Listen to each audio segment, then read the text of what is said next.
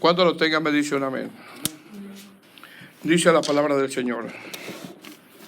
Hechos 17, versículo 16. Mientras Pablo los esperaba en Atenas, su espíritu se enardecía viendo la ciudad entregada a la idolatría. Así que discutía en la sinagoga con los judíos y piadosos, y en la plaza cada día con los que concurrían. Y algunos filósofos de los epicúreos y de los estoicos disputaban con él, y unos decían: ¿qué querrá decir este palabrerío? Y otros: parece que es predicador de nuevos dioses, porque les predicaba el evangelio de Jesús y de la resurrección. Y tomándole le trajeron al Areópago diciendo: ¿podremos saber qué es esta nueva enseñanza de que hablas? Pues traes a nuestros oídos cosas extrañas. Queremos pues saber qué quiere decir esto. Porque todos los atenienses y los extranjeros residentes allí en ninguna otra cosa se interesaban sino en decir, oír algo nuevo. Entonces Pablo, puesto en pie, en medio del Areópago, dijo: varones atenienses, en todo observo que sois muy religiosos. Porque pasando y mirando vuestros santuarios, hallé también un altar, el cual estaba esta inscripción: al Dios no conocido, al que vosotros adoráis, pues sin conocerle, es a quien yo os anuncio. Vamos a orar, hermanos. Señor, te damos gracias. Te damos gracias por esta hermosa reunión, Señor. Te damos gracias porque el estar aquí, Señor, es una de las mejores reuniones que podemos tener. Estar en tu presencia, escuchar tu palabra, la cual, Señor, nos va santificando. Te pido, te ruego que me ayudes a mí y a mis hermanos. Siempre vamos a necesitar de tu asistencia, de tu auxilio, Señor. Y te damos toda la gloria en el nombre de Jesús. Amén. Puede sentarse, hermanos. Bueno, amados hermanos, qué bueno que estamos aquí. Amén. Los domingos, hermanos, vamos a comenzar con el libro de Nehemías. Un hermoso libro. Ya terminamos las cartas de Juan, la primera, segunda, y este domingo pasado terminamos con la tercera. Así de que comenzaremos con Nehemías. Tendremos también temas variados, ¿verdad? Para que no se le haga muy tedioso, hermanos, de que otra vez Nehemías y otra vez Nehemías. Amén. Pero bueno, espero que las cartas de Juan, hermano, hayan sido de edificación. Y pidámosle al Señor poner por obra lo que hemos estado viendo en las cartas de Juan, que por algunos meses, por la gracia de Dios, lo estuvimos viendo. Amén. Y bueno, vamos a continuar con el libro de los Hechos. Espero que no hayamos olvidado los temas anteriores y estemos aprendiendo. Y bueno, el día de hoy también vamos a aprender, si ponemos atención, amén, por la gracia del Señor. Hemos estado hablando, amados hermanos, que Pablo, Silas y Timoteo están en su segundo viaje misionero, donde ¿qué no han pasado? Y no solamente qué no han pasado, hermanos, sino lo que van a seguir pasando por causa de predicar la palabra del Señor. Hemos dicho, amados hermanos, que estos tipos de viajes misioneros, aunque hay mucho gozo por el cumplimiento del ministerio del cual Dios los ha llamado, porque es un gozo estar en la casa del Señor, cumplir con el ministerio que el Señor nos ha encomendado. Ha habido sufrimientos, hermanos, ha habido padecimientos de los cuales estos misioneros no han podido evitar. Pues sin embargo, estos misioneros, hermanos, siguen. Estos misioneros, hasta estos versos que leímos, han recorrido ya muchas millas, a pie, en barco, más a pie. Han padecido sufrimientos, seguramente han pasado hambre, frío, enfermedades, cansancio, pero siguen por la gracia del Señor. Nosotros seguimos simplemente por la gracia de Dios. Una de las cosas que también hemos estado enfatizando, porque realmente, hermano, es impresionante lo que han vivido, amén. Y una de las cosas que hemos enfatizado es que en todos los acontecimientos que han pasado estos misioneros y aún la iglesia, que son parte de la iglesia, y de cómo se han estado estableciendo comunidades cristianas, vemos claramente nosotros la soberanía de Dios. Es decir, todo lo que han soportado estos misioneros y cómo Lucas nos ha venido narrando cómo se han estado plantando las iglesias. Esto, hermano, es una obra soberana de nuestro Dios. No es una obra de hombre, es una obra de Dios. Es el Señor teniendo control de todas las cosas. Amén, hermanos. El último tema que vimos, estuvimos analizando de cómo Pablo, Silas y Timoteo llegan a Tesalónica. Vimos cómo Pablo predica en la sinagoga de los judíos, a los cuales algunos creyeron, pero otros causaron una revuelta, lo cual concluyó nuevamente, hermano, que estos misioneros salieran huyendo de la ciudad sin antes dejar una iglesia plantada, una comunidad cristiana plantada. Pablo, Silas y Timoteo, una vez que huyen de Tesalónica, llegan a Berea, donde la Escritura dice que Pablo les predica, y donde los de Berea eran más nobles. Así dice la Escritura. Pregunta, ¿en qué consistía la nobleza de los bereanos? La nobleza de los bereanos consistía en que no eran tan arrebatados, hermanos, en que no eran tan condenatorios, sino que estos bereanos escudriñaban las Escrituras si era así lo que Pablo les predicaba. Escudriñaban cada día. La palabra del Señor dice que estos bereanos recibieron la palabra con toda solicitud y que escudriñaban las Escrituras para ver si era así lo que Pablo les predicaba. ¿Cuál aplicación, hermano, pudimos sacar de estos versos? La aplicación que sacamos es la importancia de ser estudiosos de la palabra de Dios. Somos llamados a ser estudiosos de la palabra de Dios. La aplicación que sacamos es la importancia de examinar lo que nosotros enseñamos tenga sustento bíblico. La aplicación que sacamos es que si hay algo que enseñamos, hermanos, y eso no cuadra con las Escrituras, no le digamos amén. ¿Estamos de acuerdo? Pero tampoco seamos arrebatados condenándonos unos a otros, sino que con misericordia corrijamos el error.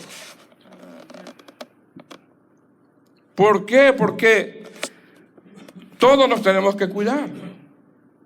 La orden de Pablo a Timoteo es: cuídate de ti mismo. Tú te puedes equivocar también. Yo también. Amén. Entonces, con misericordia tenemos que ir corrigiendo los errores. ¿Por qué? Porque la orden de Pablo a Timoteo es: cuídate de ti mismo y de la doctrina. Eso es para todos, hermano. Para todos. Ahora, una vez que estos misioneros llegan a Berea y predican la palabra del Señor, dice que algunos creyeron. Sin embargo, cuando algunos de Tesalónica se enteraron que estos misioneros están en Berea, recorrieron a esta ciudad, que son cerca de 50 millas, con el único propósito de hacer una revuelta. Y cuando llegan a Berea, nuevamente vemos a Pablo huyendo. Dice Hechos 17, verso 13, si lo puede leer, o vamos ahí. Cuando los judíos de Tesalónica supieron que también en Berea era anunciada la palabra de Dios por Pablo, fueron allá y también alborotaron a las multitudes. Pero inmediatamente los hermanos enviaron a Pablo que fuese hacia el mar, y Silas y Timoteo se quedaron allí. Verso 15. Y los que se habían encargado de conducir a Pablo le llevaron a Atenas, y habiendo recibido orden para Silas y Timoteo que viniesen a él lo más pronto que pudiesen, salieron. ¿Qué vemos aquí, amados hermanos? Vemos que una vez que estos misioneros están pasando sufrimiento, tanto que ahora vemos que Pablo, hermano, está en Atenas sin saber de Silas y Timoteo. Nuevamente sale huyendo el apóstol Pablo y ahora está en Atenas y ahora no sabe él lo que está pasando con Silas y Timoteo. ¿Qué vemos? Vemos nuevamente, hermanos, sufrimiento de estos misioneros. Nuevamente, por servir a Cristo, están pasando padecimientos. Yo le voy a hacer una pregunta, hermano. Esta semana que ha pasado, ¿a usted ha tenido algún tipo de sufrimiento por causa del evangelio?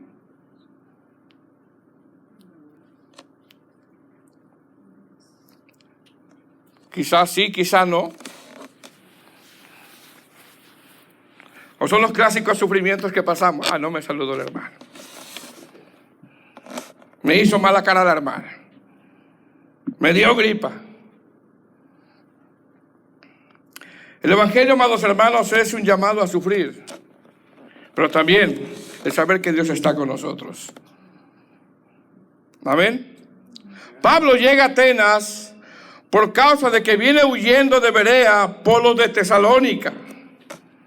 Pero sin embargo, mientras Pablo está en Atenas esperando a los otros misioneros, en el verso 16 con el que comenzamos, dice que el espíritu de Pablo, hermano, se enardecía en Atenas, ya que la ciudad estaba completamente hundida en la idolatría. ¿Cómo podemos dividir estos versos? En el verso 16 vemos cómo Atenas está hundida en la idolatría. Del verso 17 al verso 31, Pablo les predica. Y del verso 32 al 34, algunos creen. Verso 16, ¿lo tiene? ¿Estamos ahí?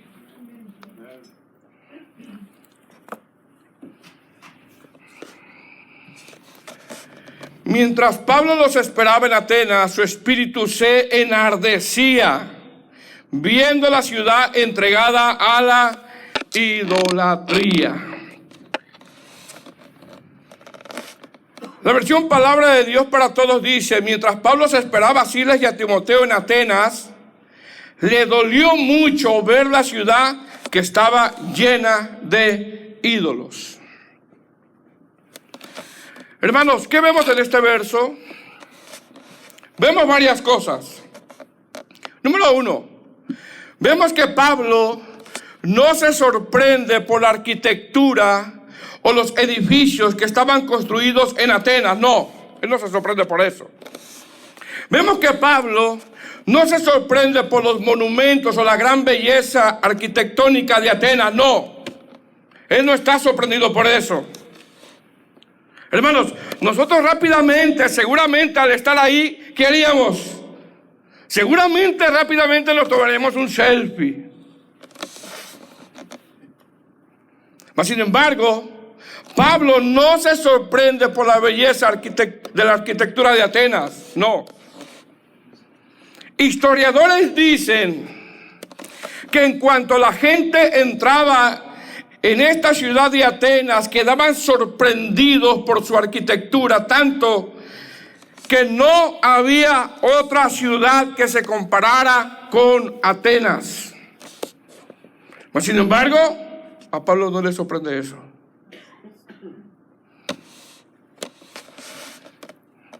¿Qué vemos? Vemos que Pablo, en vez de tomarse un selfie, estoy hablando en sentido figurado, por supuesto, se siente triste. al ver la idolatría en cómo está Atenas. Hermanos, nosotros estamos muy lejos de eso quizá. Muy lejos. Muy lejos. Porque Él no se sorprende por la arquitectura. Él no se sorprende por los edificios. Él se siente triste al ver la ciudad. Y digo que estamos muy lejos de eso, porque nosotros quizá, hermanos, al visitar otra ciudad, quizá lo único que primero vamos a hacer es tomarnos un selfie. Hermanos, cuando vayan a otras ciudades, no se anden tomando selfies en iglesias idólatras.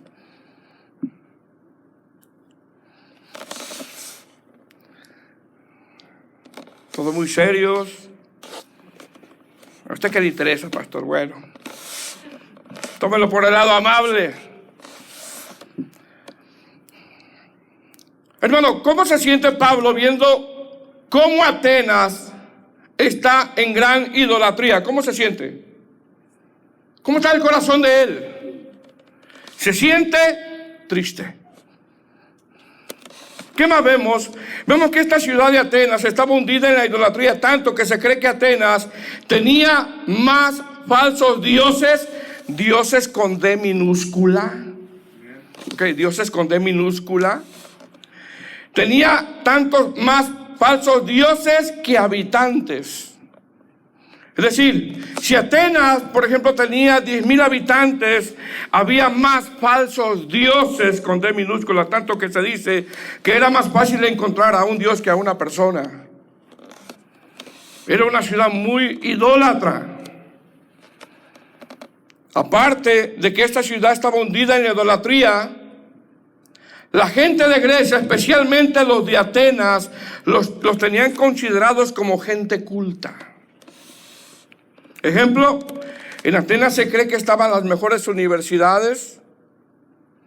En Atenas era un lugar donde se buscaba sabiduría, tanto que tenían un areópago, un lugar donde se presentaban los más grandes filósofos haciendo disertaciones. La gente de Atenas no tenía otra cosa que escuchar algo nuevo. La gente de Grecia en Atenas, especialmente en Atenas, tenían a sus filósofos predilectos.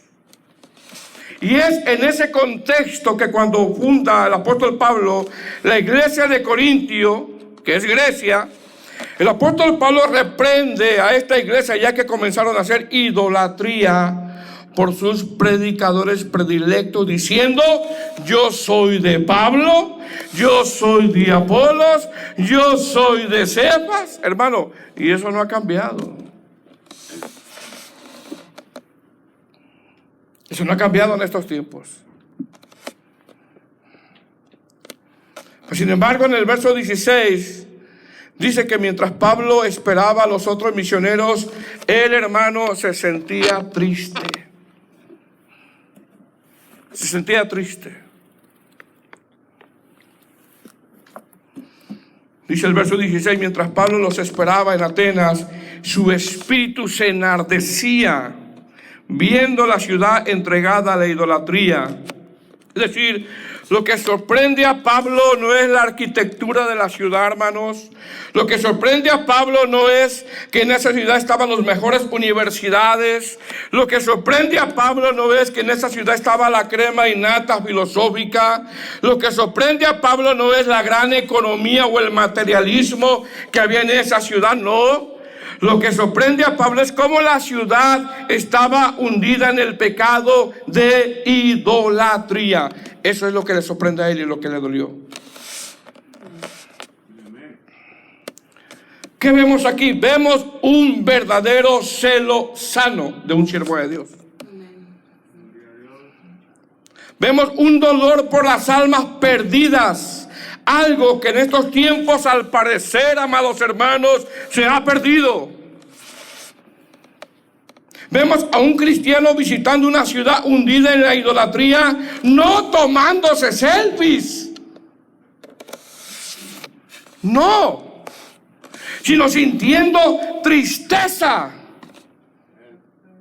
siente tristeza. Pero no estaba muy lejos del corazón de Pablo, hermano. La palabra enardecía se traduce como exasperar, irritar, causar dolor, triste. ¿Qué veía Pablo en la ciudad? Veía cómo la ciudad estaba entregada a la idolatría. Eso le dolía. Hermanos, Pablo no se centró en las construcciones bellas que había en esa ciudad. Tampoco se centró en los grandes filósofos, no. ¿En qué se centró? En cómo esta ciudad estaba en un estado de idolatría.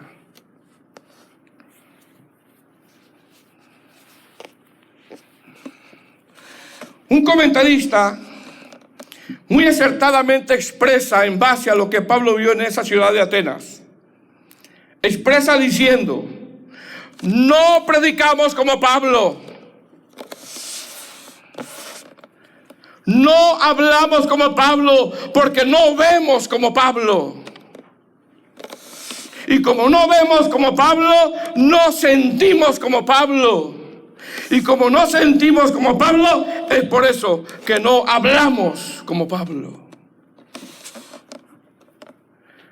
Lo primero que hacemos cuando visitamos otras ciudades es tomarnos selfies. Y yo no digo que está mal, hermano, no.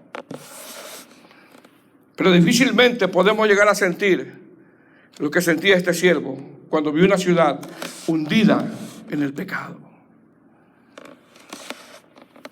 Muy acertadamente dijo este comentarista: no predicamos como Pablo, no hablamos como Pablo, porque no vemos como Pablo. Y como no vemos como Pablo, no sentimos como Pablo. Y como no sentimos como Pablo, es por eso que no hablamos como Pablo. Cuando la iglesia no predica el evangelio, pierde su rumbo, hermanos. Creo que nosotros andamos perdiendo ese rumbo ya. Porque no sentimos el dolor por las almas. Lo digo por mí. No sé a usted qué es lo que más le motiva. No sé. Verso 17. ¿Lo tiene?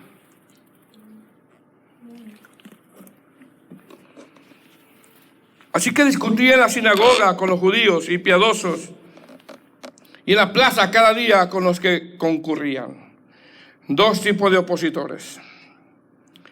Si mientras Pablo esperaba a Silas y a Timoteo, no perdía el tiempo donde cada día en la plaza predicaba a aquellas personas que tenían la costumbre de escuchar nuevas enseñanzas. Verso 18. Y algunos filósofos de los epicúreos y de los estoicos disputaban con él, y unos decían: ¿qué querrá decir este palabrerío? Es decir, lo trataron como un charlatán. Y otros parece que es predicador de nuevos dioses, porque les predica el evangelio, les predicaba el evangelio de Jesús y de la resurrección. Pregunta: ¿quiénes eran estos filósofos? Mire bien, hermano, estos dos grupos de filósofos eran panteístas, donde creían que todo es Dios. Estos dos grupos de filósofos, aunque existieron hace miles de años, sus enseñanzas de una manera muy sutil han invadido a la iglesia. ¿Por qué? Porque una de las creencias de tantas de estos grupos eran: todo es Dios, los hombres son dioses. Es más, estos grupos también, aparte de que eran panteístas, creían que Dios, fíjese bien, y eso yo lo he escuchado de hermanos que predican, creían que Dios necesitaba al hombre para que Dios fuera feliz. ¿Usted ha escuchado eso, verdad? Cuando dicen que Dios necesita al hombre para cumplir sus propósitos y sus planes, que Dios está necesitado. Hermano, Dios es Dios y no necesita de nosotros. No necesita de nosotros. Que nos use como vasos, eso es otra cosa. Por misericordia y por gracia. ¿Qué más creían estos dos grupos? Estos grupos eran materialistas. Algo que no se ve en la iglesia, ¿verdad, hermanos? Pensaban nada más en el materialismo. El Dios del materialismo. No creían en el juicio final. No creían en la resurrección.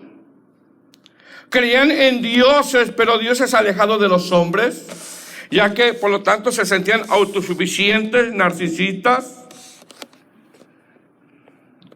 Por lo tanto, Pablo, hermanos, no necesitaba usar una buena retórica en la predicación, sino la guianza del Espíritu Santo. Verso 19. Y tomándole, le trajeron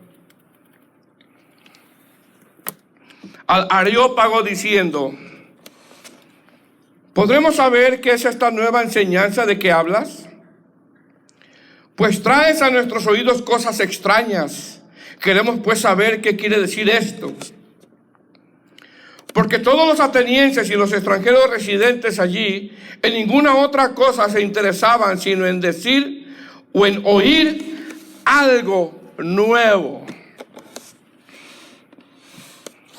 Entonces Pablo, puesto en medio del Areópago, dijo: varones atenienses, en todo observo que sois muy religiosos. Mire dónde está predicando Pablo. Se cree, amados hermanos, que en ese Areópago le predicó a cerca de 30 personas. Otros creen que eran más.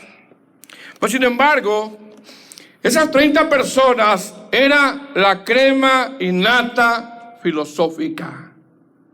Es decir, dentro de ese grupo de personas solo entraba gente intelectual, gente escogida. Y Pablo predica su fe en el lugar más culto y ante el tribunal más exclusivo de intelectuales del mundo en ese tiempo. Imagínate, hermano, que te lleven a predicar a ti al lugar más importante del mundo, donde hay ateos, científicos, filósofos y gente reconocida mundialmente. Ahí estaba Pablo. Ahí lo puso el Señor a predicar. Es por eso que cuando usted ve a esos supuestos cristianos que predican, por ejemplo, en el Vaticano, hermanos, no van y predican arrepentimiento, sino van a hacer un ecumenismo. Tales no son siervos de Cristo. Sin embargo, aquí vemos un gran ejemplo bíblico de la importancia de quien esté enfrente de nosotros, quien sea, el llamado es a predicar a Cristo, hermanos.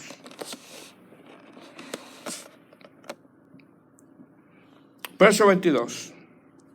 Entonces Pablo, puesto en pie en medio del Areópago, dijo: varones atenienses, en todo observo que sois muy religiosos. Si Pablo comienza este sermón con un tipo elogio diciéndoles a los atenienses que eran muy religiosos, mas sin embargo, el sermón de Pablo, lejos de darles un elogio, se convierte en un aguijón para estos filósofos. ¿Cuál es el tema del sermón de Pablo, hermanos? El Dios no conocido. Ese es el tema de él. Esa es su predicación. Verso 23. ¿Estamos ahí?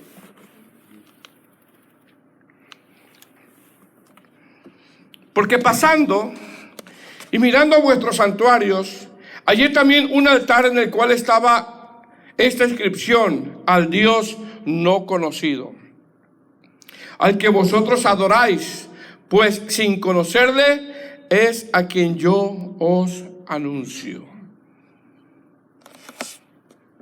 Pregunta, hermanos, ¿quién es el Dios no conocido para los atenienses? El Dios no conocido era el Dios que, por si acaso les faltaba a alguien a quien adorar, ese era el Dios no conocido.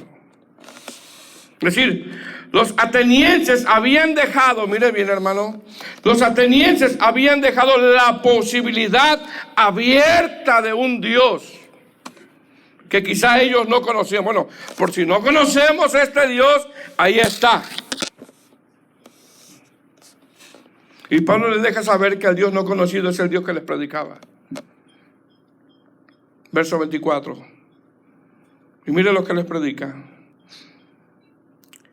El Dios que hizo el mundo y todas las cosas que en él hay, siendo Señor del cielo y de la tierra, no habita en templos hechos de manos humanas. ¿Qué les está diciendo, amados hermanos, Pablo a ellos? Les está diciendo que ese Dios, el no conocido, que ahora lo están conociendo, es el que hizo el mundo y todas las cosas que en él hay. ¿Por qué le dice eso?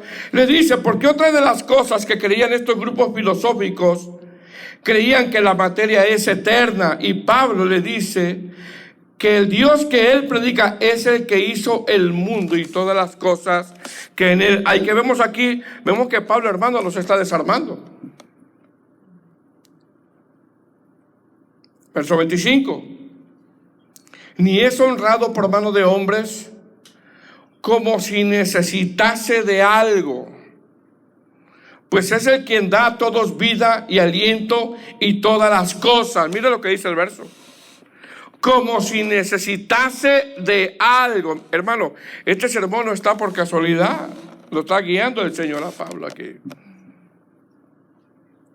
¿Qué otra cosa de las creencias de estos estoicos o estos grupos filosóficos creían que Dios necesitaba al hombre para ser feliz? ¿Qué le dice Pablo?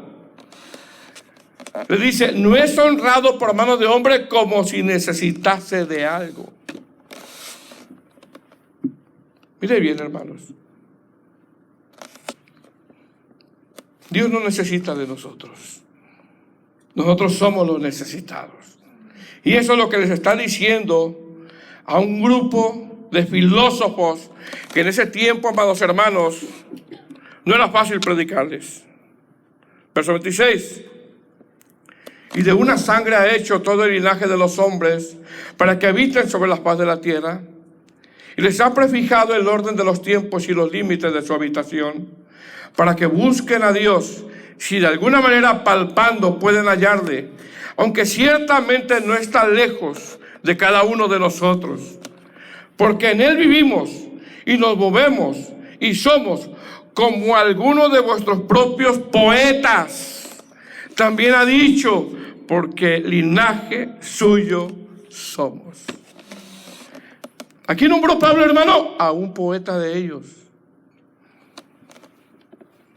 Es decir, Pablo en esta disertación nombra a uno de sus poetas, de estos filósofos reconocidos, donde tal poeta dijo que había un Dios por el cual vivimos y nos movemos y somos.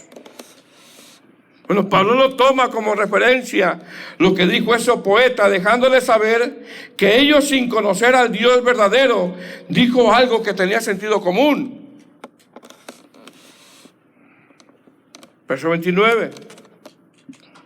Siendo pues linaje de Dios, no debemos de pensar que la divinidad sea semejante a oro, plata o piedra o escultura de arte y de imaginación de hombres. Hermanos, ¿qué tenían estos filósofos? Esculturas. Seguramente de oro, de plata, de piedra. Verso 30. ¿Lo tiene? Pero Dios, habiendo pasado por alto los tiempos de la ignorancia, ahora manda a todos los hombres en todo lugar que se arrepientan. Hermano, ¿les puede dar por su lado él? No. ¿Quiénes serán ellos? Gente intelectual. Gente del alta. ¿Les puede dar por su lado? No. ¿Qué le dice ahí? Que se arrepientan. Si Pablo le deja saber que los tiempos de buscar, que es tiempo de dejar a esos dioses y que ahora busquen a ese Dios no conocido que les está predicando él. Como decir, el Dios que ustedes deben de buscar, ahí lo tienen, al Dios no conocido, que ahora lo están conociendo y les está haciendo un llamado al arrepentimiento. No les está dando por su lado. Verso 31. Mire lo que les dice en el verso 31. Por cuanto ha establecido un día en el cual juzgará al mundo con justicia, porque aquel varón a quien designó, dando fe a todos por haberle levantado de los muertos. Pregunta, ¿qué les predicó Pablo? Les predicó: ustedes están hundidos en la idolatría. Les predicó: hay una oportunidad de salvación. Les predicó juicio. Les predicó resurrección. Les predicó: Dios ha pasado por alto su ignorancia, algo que ahora ya no tienen, ya que el Dios conocido ahora lo conocen. Les predicó arrepentimiento. ¿Por qué les predicó arrepentimiento, hermanos? Porque su espíritu se enardecía. Porque sentía dolor en cómo estaba hundida la ciudad por la idolatría. Porque le dolía ver esas almas perdidas. No fue a darles por su lado. Les predicó la verdad. En otras palabras, le dijo: ustedes son idólatras. Les predicó arrepentimiento. Verso 32. Pero cuando oyeron lo de la resurrección de los muertos, unos se burlaban y otros decían: ya te oiremos acerca de esto otra vez. Verso 33. Y así Pablo salió del medio de ellos. Mas algunos creyeron. Fíjese lo que dice. Mas algunos creyeron juntándose con él, entre los cuales estaba Dionisio el Areopagita, una mujer llamada Damaris, y otros con ellos. Hermanos, ¿qué vemos en este sermón? Vemos tres reacciones. Tres reacciones que nos vamos a encontrar cuando predicamos el Evangelio. Número uno, unos se burlaron. Dos, otros dijeron: luego los escucho, no tengo tiempo. Y tres, otros creyeron. Los que se burlaron de todo. Se burlaron del juicio final, se burlaron del llamado al arrepentimiento, se burlaron de todo el mensaje. Un comentarista dice: muchos que tomen el Evangelio por comedia, tarde que temprano se darán cuenta que será una tragedia, ya que en el día del juicio final, en vez de burla, pedirán perdón, pero será demasiado tarde. Será demasiado tarde. Otros dijeron: te oiremos acerca de esto otra vez. ¿Cómo decir? Luego te escuchamos. No tengo tiempo por ahora, porque así lo dicen muchos, ¿verdad? Miren bien, hermanos. En esta vida, escúcheme bien, jóvenes. En esta vida nos podemos preparar para muchas cosas haciendo esperar unas y otras no. Mas sin embargo, hay una cosa por la cual no debemos de hacer esperar. Hay una cosa por la cual no debemos de hacer esperar. Y es prepararnos para nuestro encuentro con Dios. ¿Por qué? Porque quizá no hay mañana. Joven, quizá no hay mañana. Hermanos, quizá no hay mañana. Y el tercer grupo de personas ante la reacción del mensaje de Pablo fueron que creyeron. Un fruto de arrepentimiento. ¿Cuál fue la causa de este mensaje, hermanos? El verso 16 lo dice, porque su espíritu se enardecía.